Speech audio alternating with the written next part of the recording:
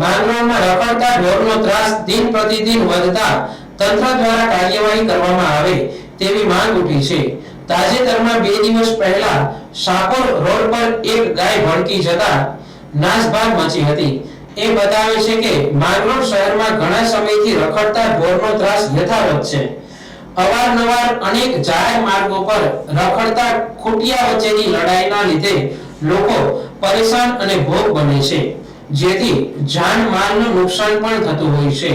ત્યારે આજે પણ શહેરના શાપોર રોડ પર એક ગાય અચાનક ભડકી જતા નાસભાગ મચી હતી, જેમાં 2 લોકોની ઈજા પણ થઈ હતી। આસપાસના લોકોએ નગરપાલિકામાં જાણ કરતા ગાયને પકડવાની કામગીરી હાથ ધરાઈ હતી।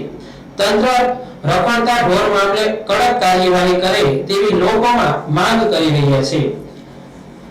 આ પણ માંગરોળની મુખ્ય સમસ્યા છે।